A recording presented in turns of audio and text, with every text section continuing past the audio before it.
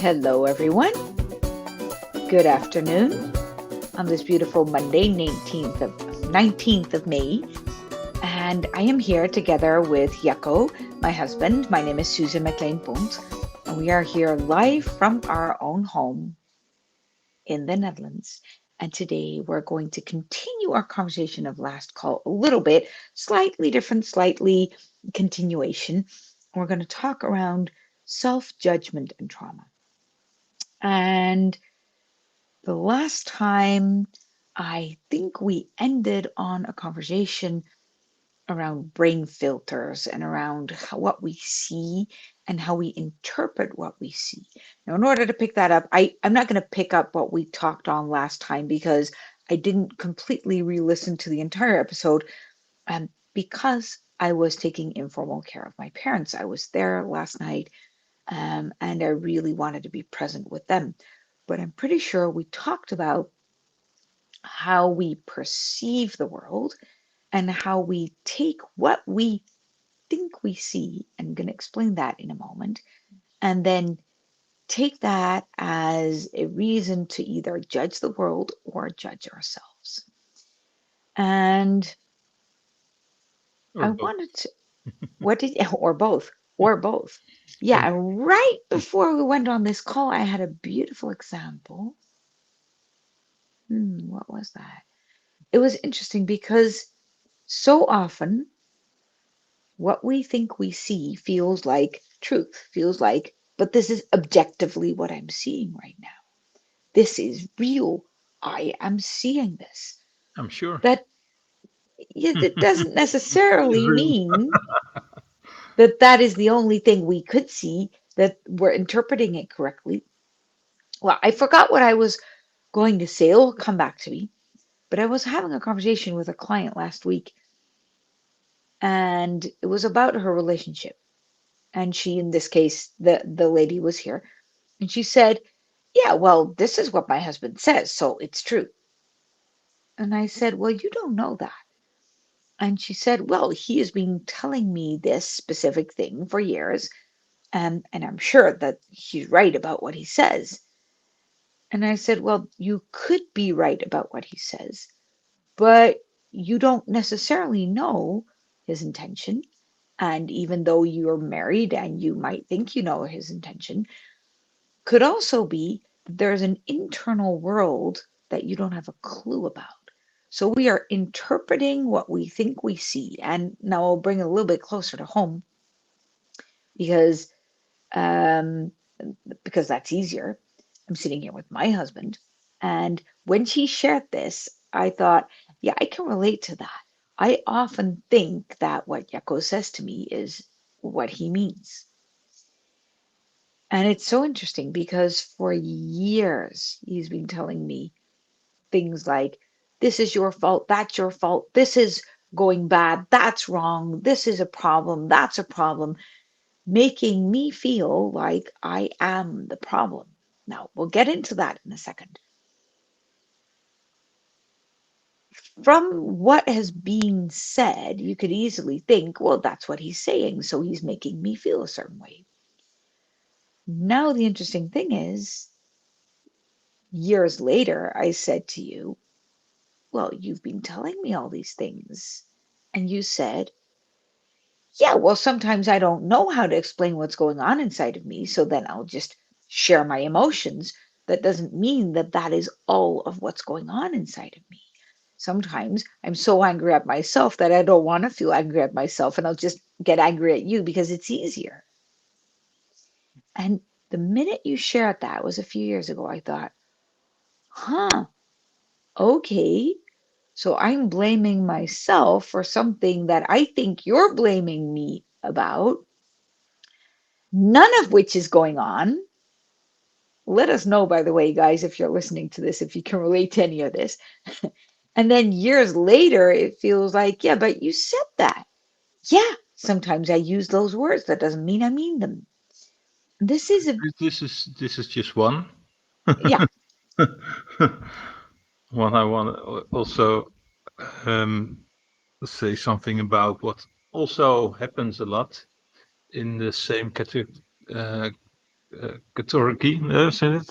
Category? Category. It's that I say something which is just something that I think is remarkable, not for especially you, but more in general. There's something that uh, caught my attention, and I Yeah.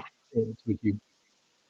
And then you interpret in, in, Interpret? inter as if I blame you for something, and Yeah. it's not only me. It's because then it could be that I don't see how I put it, and that it's really a kind of judgment in it. But it's the same with our children or other people. So I know you as someone who's really easy in taking up responsibility for things you were not held responsible for so far. Yes. Yes. Yeah, that's interesting, right? So if we talk about self-judgment, we now have two angles, and maybe there are 17 million in me. I don't know. I'm quite schizophrenic when it comes to that. So there might be a lot of angles to look at, but just these two, right? Me thinking I understand what he's trying to say, or even Yakko trying to say something beautiful, maybe even a compliment, and me taking it as, you see, it can be very small sometimes. I'm not sure if this is what you relate to. Sometimes we can be talking about something and then you share about some other podcast. I can be talking about something that I was thinking about, and then you come up with thoughts of somebody else. And that immediately feels to me like, do you see what I say is not interesting? Do you see? Now you even refer to some other person on some other podcast. You don't even want to hear what I say. Now, this is probably we now have three angles, right? This is my specific, my personal type of self judgment. This all falls into a very beautiful nest of nobody's interested in me. What I have to say is awful. If people can avoid my advice, they will. And there has been a careful buildup of that little nest for the first 27 to 30 years of my life, right? Until I had kids. And my parents, oh, by the way, my parents didn't mean it this way either, right? But when I was young, I consistently heard messages. Not that that was what they meant, but it is what I heard. I heard messages around that I'm stupid, that nobody should listen to me, that what I do is stupid, that I'm no good at anything, that there's nothing I'm really good at, that I'm an awful person, that I'm too loud, too noisy, too creative, too messy, too much, too little. It's always too that I'm not sensitive enough, that I'm too sensitive. And I've been hearing this for so long that for me, that led to a deep felt belief. And I'm going to talk about this belief thing as well, because it's not as easy as, oh, it's just a belief. You can reframe a belief. That's bullshit. It's deeper than that. So we'll talk about it. But this led to a belief of inherently, I'm a horrible person, meaning that my brain filters are wired everything as evidence that I wasn't supposed to be here. Now, if you were listening last week, you probably heard that my mom broke her hip and that sparked my dad's cognitive decline. So they're in a really messy period, and I spent a few days at their home. And one of the things that I realized is that my mom has a form of autism. Now, I used to think she just has attachment disorder. I actually now really think that there is an ability in connecting that she just doesn't have. There's a capacity that she can't bridge. And this is not diagnosed, and there is no proof of any of it, but the way my mom is responding to my dad makes me feel like, oh, there is actually a capacity that I would be able to see. And it took me back for years and years and years, realizing she just doesn't have a capacity that I felt a mom should have. And that's not because I'm awful, that's because she lacks a kind of a puzzle piece. And that actually made me really rethink my childhood. And this is where the belief comes in. Because a lot of people will think, yeah, but if somebody says these things, that will make you believe that. But what actually happens when we're very young, until about 7, 8, 9, and actually until we're 27, I think, is that our nervous system isn't finished yet. And our nervous system is building capacity to deal with emotions, building capacity to regenerate.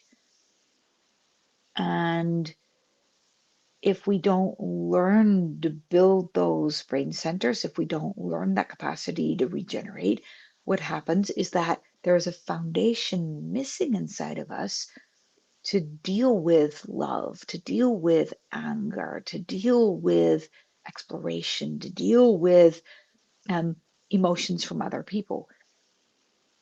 And what I realized over the past months is that, past years actually, is it's not so much that I started to believe that I'm a horrible person, even though I did have that belief, but it's also that my system is wired in a way that it will support that belief. So even if I just look at that belief, take it, and think I'm not a horrible person, and I know that, right? I mean, you wouldn't be with me for 20 years if I was a horrible person because you're really nice. So most of my clients are really beautiful people. Most of my friends are really beautiful. All of my friends are really beautiful people. I have the best kids in the world. They wouldn't be with me if I was a horrible person. So I have proof. I know it's not true. I don't consider myself a horrible person.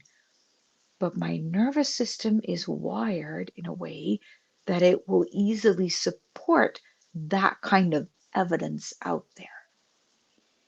What I realized being with my parents over the past weeks is that my there's two things. One is building our nervous system and learning to regenerate so that we have a capacity to deal with emotions. That's one. That's just a normal capacity that everybody needs to develop.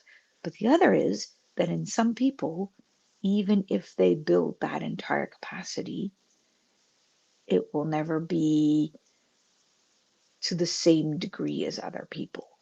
And my mom has never been diagnosed, and I don't want to diagnose my mom because that's not my place. But there is certain things where she is extremely different from other people. And that means that when I was young, my nervous system couldn't mirror hers to a degree that would lead to me functioning more healthy. Now, when we look at self judgment, my self judgment is reinforcing trauma constantly. And it doesn't matter that I know that it's not true. There is a re traumatizing loop. Now, all of us have that. It's not just me, right? This is Hmm. all of us have a developmental trauma reinforcement loop that we can't get out of just by knowing. What's yours? What's your traumatizing reinforcement loop? Um,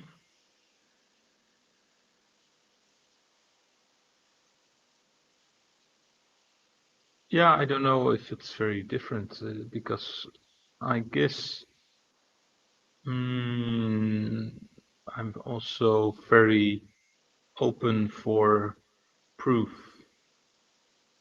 that I'm not good enough, that don't have um, the permission to be out there or be or take up a lot of space. What does that So, look like in life? What does that look like between us? Just for our listeners to get a kind of a, because these beliefs are easy, right? But they're also kind of vague. What does it look like? um,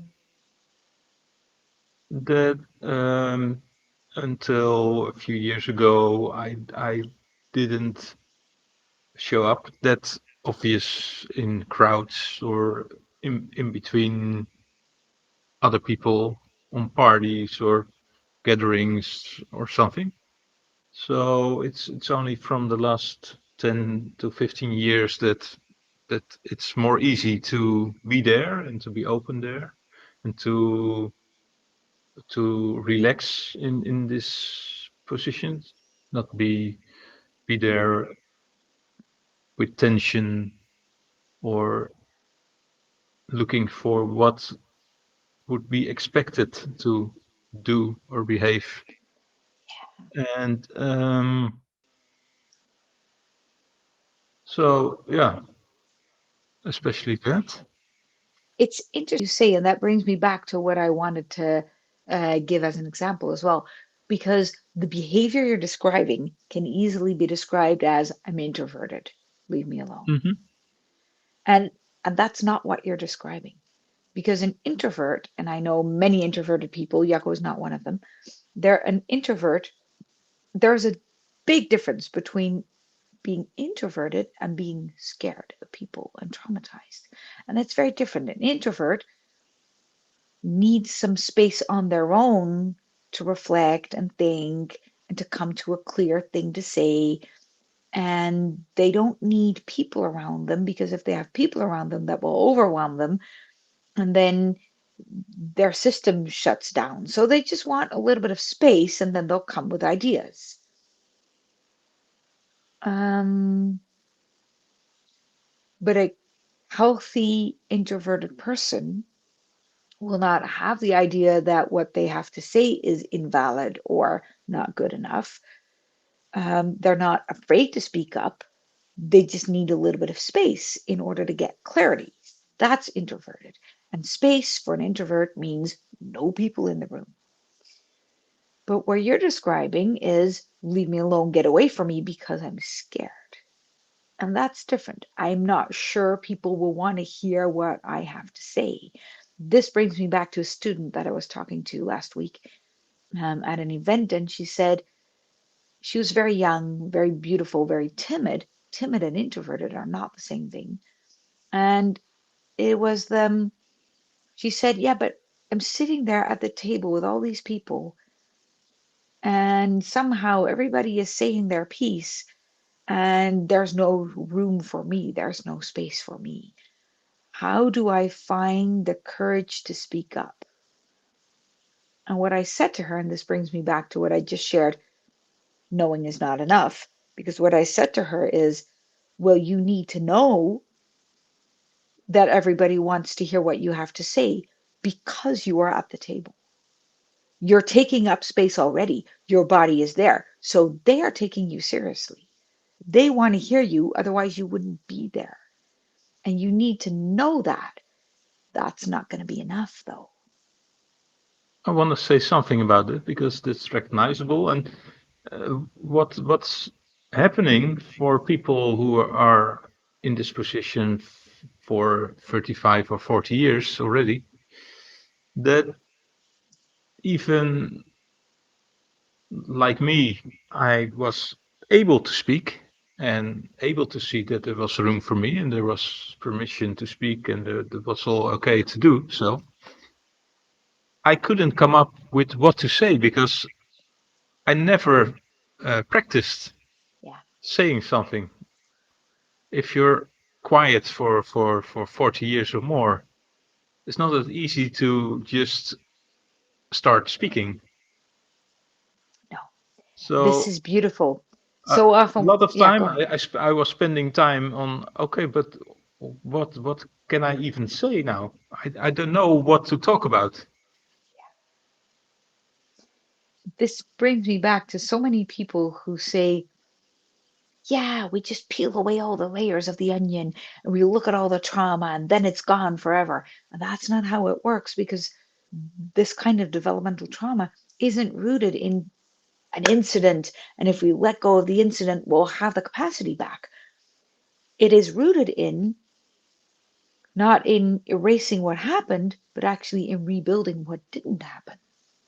It's built in things that didn't happen yet that still need to occur. So even if we would erase all the beliefs and erase all the energetic messages and whatever, you still won't have the ability to speak up because that was never developed. And we can't develop that in a hypnotherapy or with EMDR because that's also a solid foundation, like building a house. Yeah, you can prep the ground, but and you can tear down the previous house. So if you build an old wreckage of a house, you'll need to tear down what used to be there and you can prepare the entire ground, but then you still need to do the building. So what you're describing is even though you might have broken down the old house, that doesn't mean that now you know how to find words, you know what you want to say, you can use your voice. All those things require something else. Yeah, and there's something different also going on that is so I recognize that speaking up or taking up space was difficult until a certain period of time, but also seeing the positive in things. So if you experience something, you can see it as neutral or positive or negative. You can see. So that has to do with the filters you look into the world. That um, when I could speak about things, it would often be about what isn't well or what isn't nice to see. So to be still very on the negative side, and um, so also this was not that easy to change. I had to practice with it, and Yeah. I it's now it's even hard to remember that I looked through this lens that much because I can see things so differently now. But So I what know do you it see was now? What would you say you see now and how did you practice? um, first awareness. That was the first step, becoming aware that I through which lens I was looking to the world and This is experiencing. uh, I'm going to stop a little bit there because I want to know more about that because awareness when there's self-judgment is hard because you became aware of that you were seeing things in a way that were not of your own benefit, but immediately that comes paired with toxic shame. Immediately that comes paired with what I have been looking through, these brain filters that I've been looking through. I created them and they're not serving me. And there has to be self judgment and shame there. How did you deal with that? Yeah, that's true. That's true. Um, so it took me that I was ready to express myself more, but then I stopped myself again because I was ashamed about all the negative I put into the world, Yeah. into the conversation. So that it was not really nice to listen to me, and so How did you deal with that? Because if you um, become aware of it was self very judgment, important to get some feedback on it because if there's no feedback, you don't not even you cannot even be aware of how often this happens and yeah. how easily it happens. And so happily I was surrounded by people who were very clear and Very willing to give feedback. By the way, that's not always the go-to place, guys. Don't necessarily I give think your it could easily have been the reason to separate, but luckily we very didn't. And easily. yeah, Yes. yeah. So and yeah, which steps are in between? So Yeah, first of all, it's awareness. We can do a whole episode, and maybe we will, around this, how to deal with the toxic shame levels once you become aware. That's an entire new episode. Then what? yeah. Then what? Um, I guess it's mostly to broaden the lens, to have more possibilities to see things in another way and give other interpretations to what you see. How Uh, did you do that? um, yeah, I think this is part of a more general development. It's not just one or two steps. It's not a method. It's going through life and uh, learn to know myself on not only the mind, but also what's there next to the mind, um, to be Yeah, more connected with my body, but also a lot of experiences of what what it means to feel love in a real sense. So I guess to discover beauty in things or people or experiences or everything that's around nature or culture. Um, it's really needed to lower the defense, the self-defense. yeah. So more general, it's becoming aware of where I defend myself and where it's not healthy or useful anymore. And guys, this is beautiful what you're saying, Echo. And just for the listeners, if you listen to this thinking, yeah, how do we do that if we're not living with Susan one house? Actually, and this is not necessarily, or with a supportive partner, that's what I mean, in one And house. the And, children and and the other children, people. and Yeah, yeah. exactly, and we don't have any neighbors. Well, we do have neighbors, but they're 10 minutes walking distance. So that makes it a little bit easier. Um, we didn't create this, we created this environment so that we could do this. And also by doing this, we didn't start here. We started with doing this work that Yako is now describing, and then we ended up here. Um, but what I want you to know is there's one thing that is really important in order to do this, and that is consistently connecting to God, connecting to a higher power, to a bigger source, whatever you want to call that. Yako calls it love. I call it God. Whatever it is for you, don't hang up on a word, but make sure that you connect to something that is so much bigger than you that you will feel held in your observations.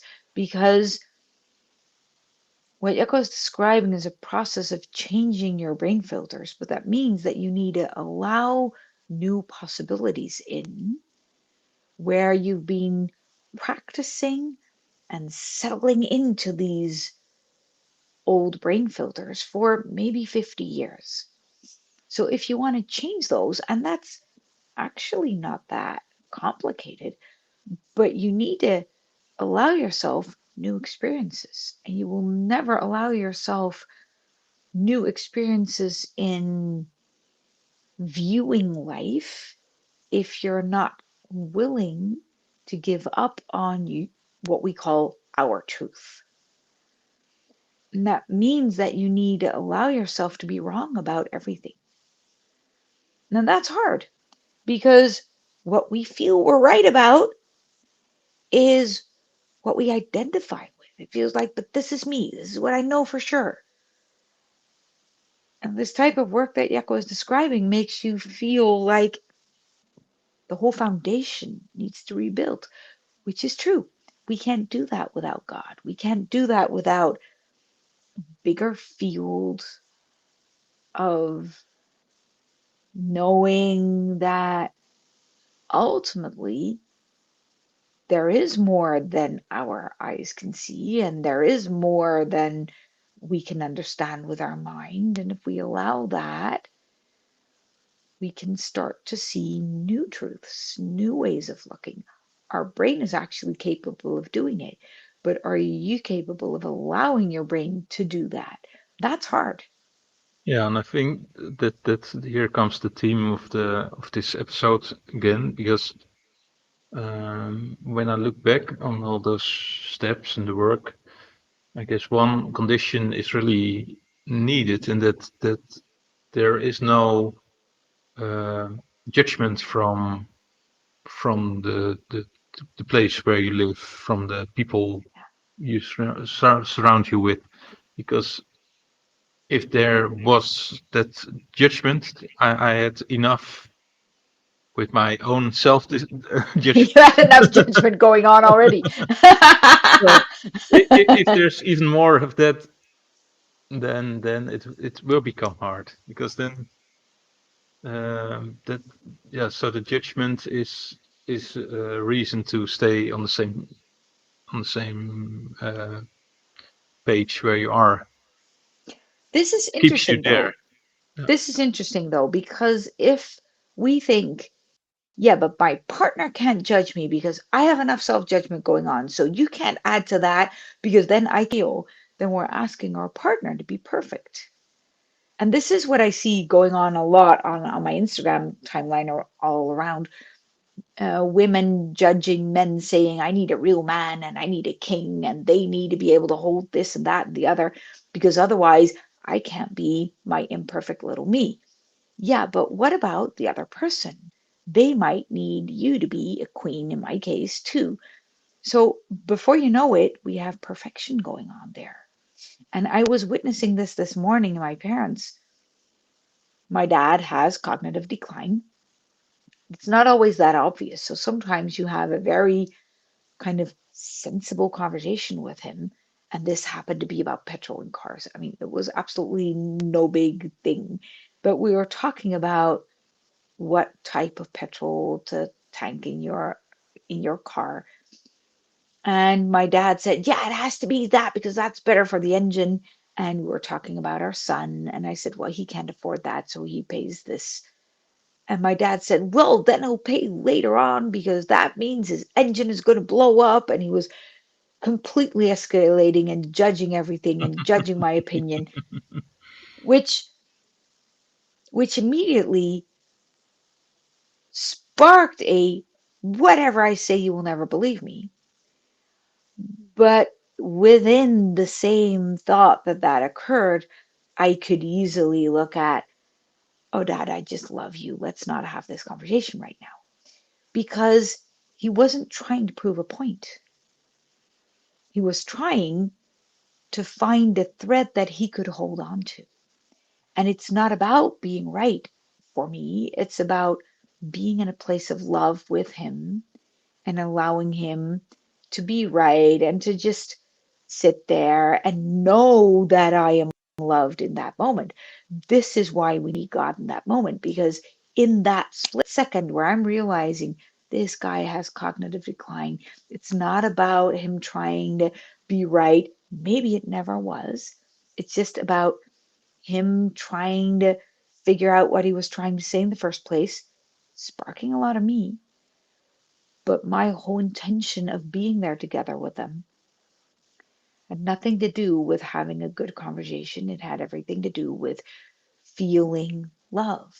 So I closed my eyes for a second and I reconnected with God, allowed God's love to fill my system, and immediately I could feel a field of divine love spreading all around the terrace. We were sitting outside in the sun, and I could feel love for my dad and for his losing of his abilities and his needing to find a straw to hold on to, and also for his really annoying neediness to be right all the time.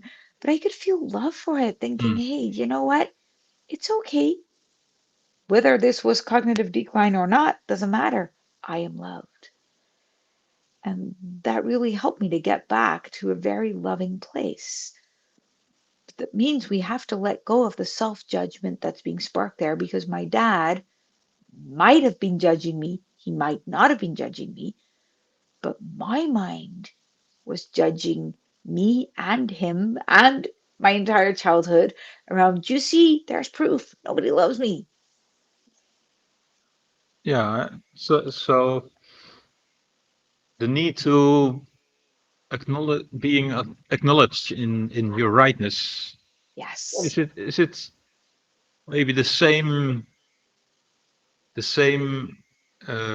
mechanism as the self judgment? Is it the more Yeah, you I would say so. self judge yourself, the more you need to get the right if you think you're right.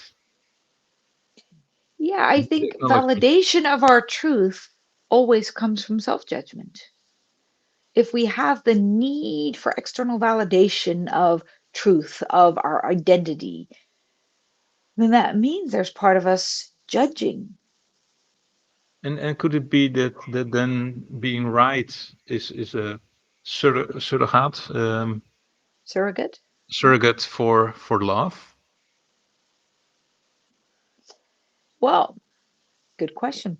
At minimum, it's going to be a way to try to get love. It's interesting because what my dad sparked this morning was in me a big sense of, You will never love me." Now, it was only a fraction of a second, right? I could immediately connect to a bigger source. But if I would have let that overtake me, let's do that for a second, then that takes me immediately back into, no matter what I do, I will never be good enough, and you will never love me for who I am, because who I am is broken and horrible. And you can't love a broken and horrible person. That is what I've been fighting for my entire childhood. And it's interesting because I'm absolutely certain that that is not how my parents perceive me. That is how I perceived them perceiving me. Nobody told me well, actually, they did. They did tell me I'm a horrible person, but they told me I'm a horrible person. But I've always known that there was deep love as well. I've known it. But as a child, I wanted validation because it's so interesting. And I'm very interested now if people can relate to this. There was always this, I knew there was love, but I always heard judgment. So there were these two levels. I could feel love and I could hear judgment, and I feel judgment through spankings and beatings and all kinds of things. And that was very unpredictable because it was there and I couldn't get it. It was there and I couldn't get it. I have another question. How you say this? And that's, could it be that parents love their children so much that they wish for their children that they would be different than they are? Because then they believe if they were different in certain aspects, then they would be more lovable or more uh, uh, better off in life. Possibly. Yeah, and from a defensive point of view. So they really want the best for the child, and I think if they were more like this or they wouldn't do that, then they would be more equipped absolutely. for life. That's always going to be a part of it. So if they say you're horrible, then they mean if you were a bit different, then we could really be certain that you're fine. Yes. Yeah, I think you're right. And there's also something interesting going on because I saw a lady with a baby somewhere in a city, and I'm 100% certain that she loves that baby with everything she has. Certain about that. It was a really strong connection that I witnessed. But I also witnessed a constant don't do this, be nice, say this to the person there. And that is what you're referring to, right? It's like behave, because if you behave, other people will love you. Now the interesting thing is, without even doing this consciously, what we're saying to the child is you won't be loved if you behave like the way you are right now. So we're actually reinforcing conditional love there. And nobody will love you if you behave that way. So we're saying there's parts in you that are not nice. Stop doing that. So you're Now, calling shame or guilt or yeah, exactly. And no parent means that, uh, but it's so quick. And what I also realize now is that um, through trying to get your child to be more loved, we're telling the child it isn't good enough. And the reason most parents do that is because they don't feel good enough. If I look at my parents, let's stay with me, they were not unconditionally loved. They didn't have a clue what unconditional love was. the word wasn't even invented in their youth. Unconditional love. If my mom would be listening to this conversation, she'd be like, "Holy fuck, guys, get a life. You just need to clean your kitchen and act like a normal person and make enough money and marry a rich guy and stop whining about all those other things. That's luxury. Come on, stop doing all of that. There's absolutely no need to do that." This is my mom's self-judgment, right? Don't for a second think that coming alive is a thing. That's a thing for hippies who have no clue about life. In order to live life, you need to be a decent human being and you need to live according to rules. Now, with my mom's autism, that makes a lot of sense. Everything needs to be in place, predictable, because if it isn't predictable from the outside, we can't manage anything. She couldn't deal with emotions at all. And she could only deal with things that she knew. If she didn't know it, she couldn't relate to it. She's my entire life, she said, "Oh, you have that from that person. Oh, you have that from that person. Oh, that trait. Oh, you have that from your great uncle." But it's like it was absolutely impossible to not have something in me that was unique for me. It had to be related to some other relative. And that always annoyed the hell out of me until I realized she can't relate. She just cannot. She doesn't have the ability to see something new. Hmm. And there is a lot of harsh self judgment in her going on when it comes to that. So you asked me the question, how come Yeah. you're this healthy right now? How come I'm this healthy right now? Oh, good question. What you do? Um,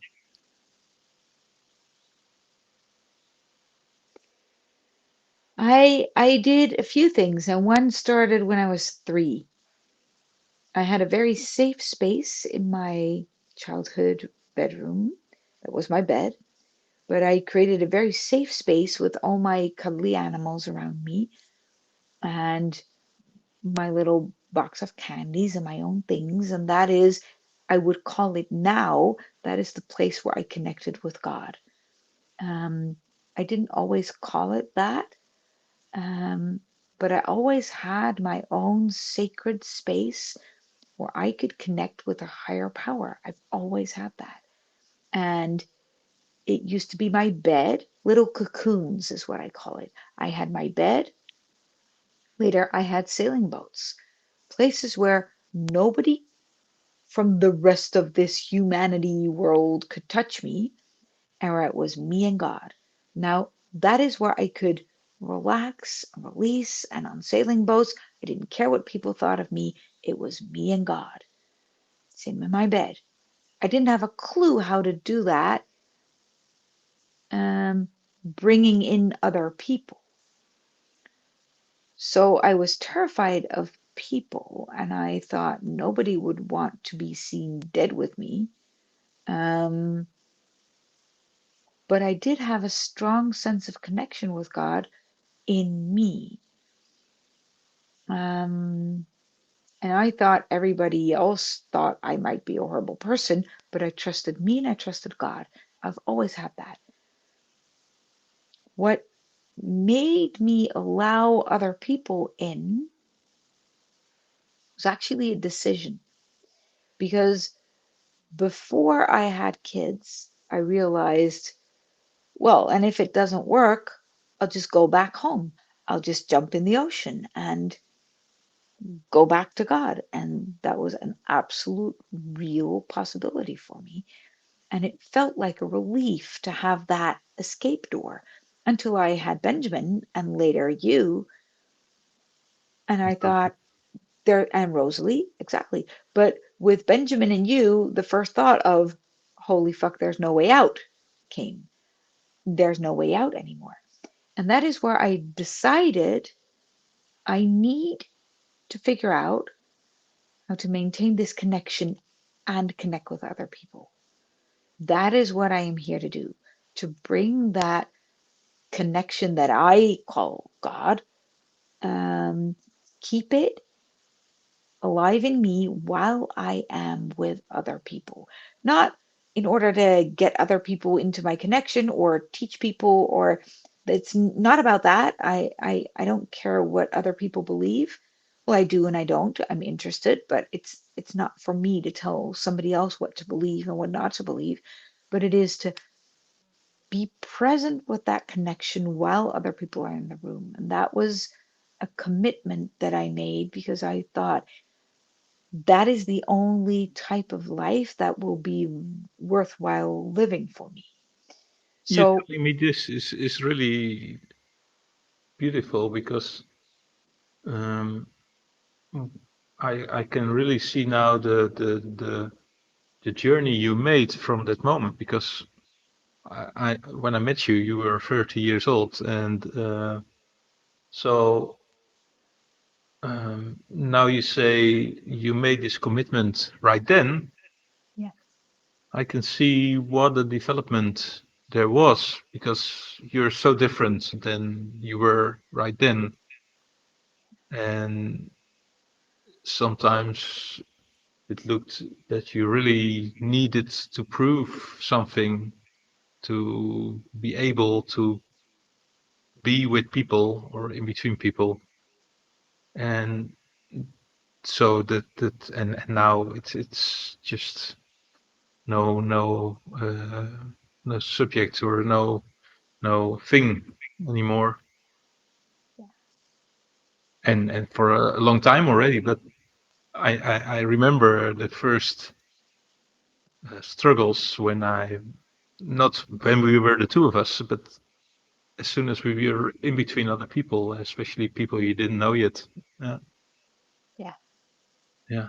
It's Yeah, been a this was my commitment. And this is what I spend 4 to 6 hours a day when I'm on my own on. So now you know what I do in my room. I yeah. write letters to God and I journal and I pray and I want to understand and um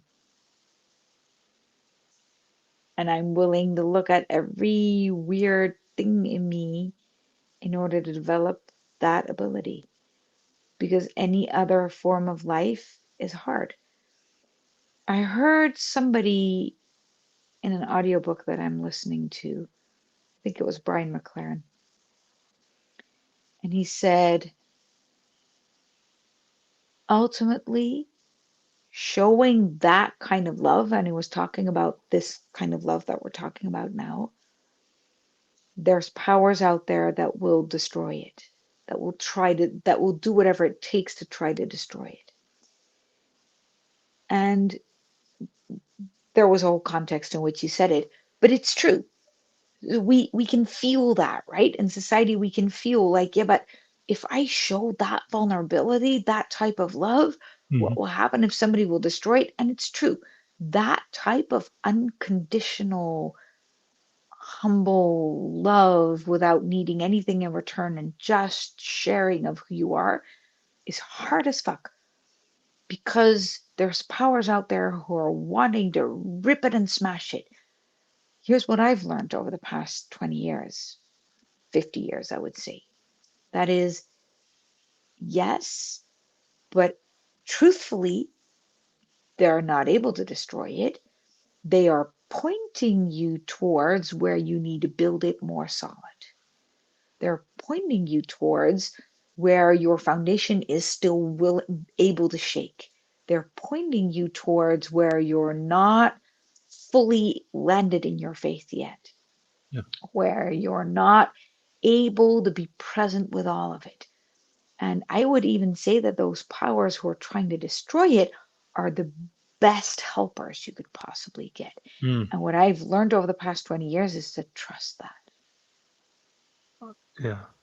So I wouldn't say that you should appreciate those powers. That Oh, it's you it's should. an You should be opportunity. Yeah, yeah, no, but so grateful for it.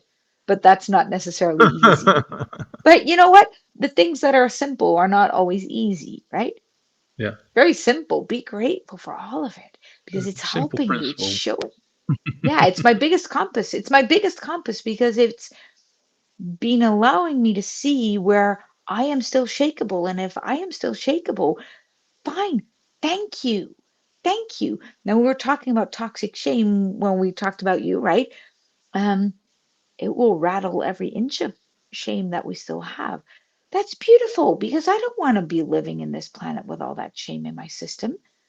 But it takes a while to get there, and there's no bypass. There's no meditation or trick or tip or energy healing or whatever to get rid of it. It is little by little. Life is the path here. But I look on the internet and I see that there are a lot of tricks Yeah, yeah, and very easy methods. So I yeah. think you're wrong. Well, you just investigate all the easy methods, and I'll Good. just keep on doing my own thing. Right. Guys, we have to go for today. Let us know if this resonated with you. Let us know if you have any questions. Share this episode with everyone you think needs to hear this. And next week, we'll go deeper into that toxic shame and how that shows up and how to deal with that. Because I think that is a really, really interesting thing because that's the one thing that's holding us from doing all of this work. The shame about who we are, the shame about whether we are in the right place. Thank you so much for being with us.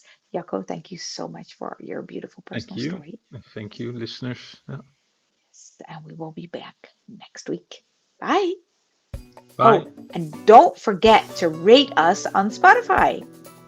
Leave comments, share, tag,